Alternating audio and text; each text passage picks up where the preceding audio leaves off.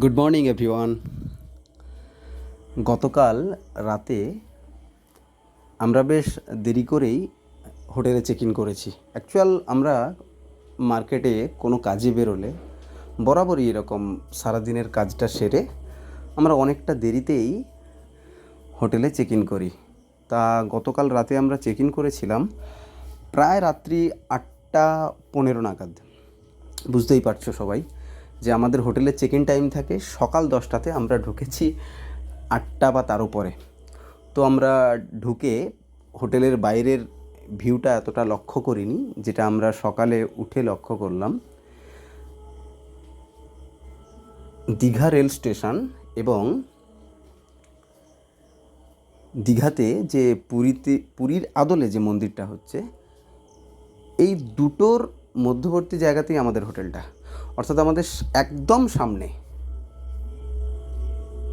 Rail station এবং একদম পেছনে রয়েছে মন্দির। তো সকালে উঠে এটা দেখে বেশ ভালোই লাগলো। আমি একটু ব্যালকনিতে দাঁড়িয়ে এটা লক্ষ্য করলাম।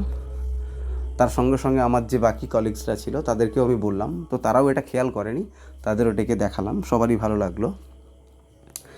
এখানে লাস্ট রাতে অর্থাৎ গতকাল রাতে বেশ একটা মজার ঘটনা ঘটেছে। ঠিক মজা বললে ঠিক হবে না। ঘটনাটা এরকম, আমরা রাতে হোটেলে চেক ইন করলাম, করার পরে আমরা খাওয়া দাওয়া করলাম।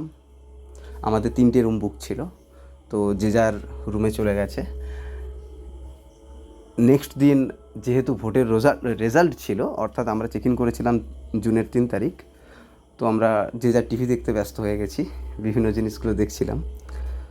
তো সকালে উঠে যেটা শুনলাম, যে ব্যালকনিতে দাঁড়িয়ে আমি এখনই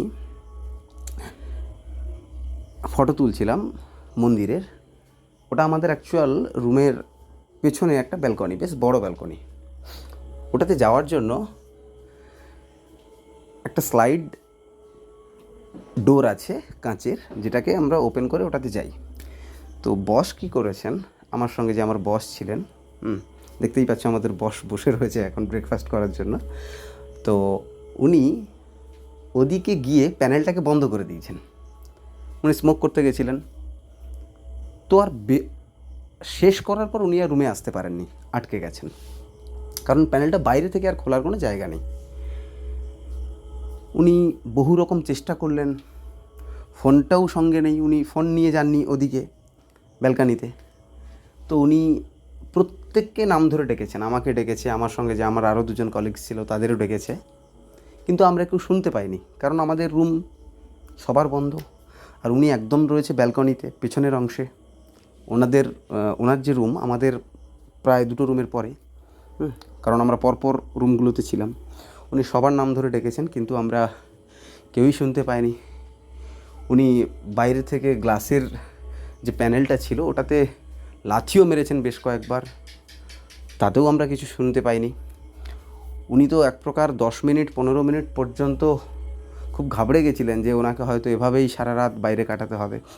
আসলে ব্যাপারটা কীরকম বলো তো, ভেবে দেখো, ভেতরের রুমে টিভি চলছে, ল্যাপটপ চলছে, ফোনে কেউ ফোন করছে, কনস্ট্যান্টলি ফোন বেজে চলছে, উনি সবটাই গ্লাসের দরজার ওদিক থেকে দেখতে পাচ্ছেন, কিন্তু সেটাতে পৌঁছতে পাচ্ছেন না।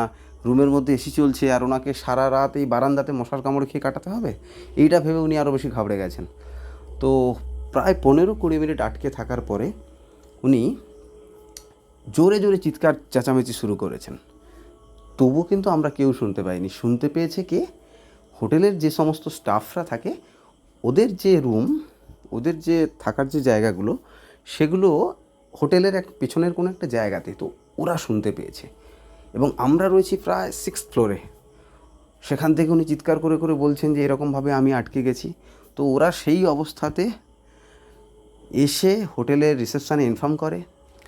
ওখান থেকে রিসেপশান থেকে কয়েকজন স্টাফ ছুটে আসে, তারা আবার এক্সট্রা কি দিয়ে রুমের ভেতরে ঢুকে প্যানেল খুলে ওনাকে রুমের এদিকে নিয়ে আসেন। ততক্ষণে উনি মশার কামড় আর ঘেমে একেবারে যাতা অবস্থা। ঠিক আছে, তো এরকম একটা ঘটনা। সকালবেলায় উঠে এসেই উনি আমাদের এটা প্রথমে বলছেন। আমি তখন ওনাকে একটা কথা বললাম যে বস, এই জিনিসটা আমি খেয়াল করেছি গতকাল রাতে কিছু একটা দুম দুম করে আওয়াজ হচ্ছিল। আমি ভাবলাম কেউ হয়তো কোনো জায়গাতে দরজা খুলছে না বা এরকম কিছু, কিন্তু কোনো আওয়াজ কিন্তু আমাদের কানে আসেনি। তো যেই আমি বললাম, তো তখন আমাদের বাকি যে আরও যে দুজন কলিগস ছিল বসকে ছেড়ে, তারাও বললো যে হ্যাঁ এরকম আমরা কিছু একটা খেয়াল করেছিলাম কিন্তু এতটা গুরুত্ব দিইনি। তো যা হয় আর কি।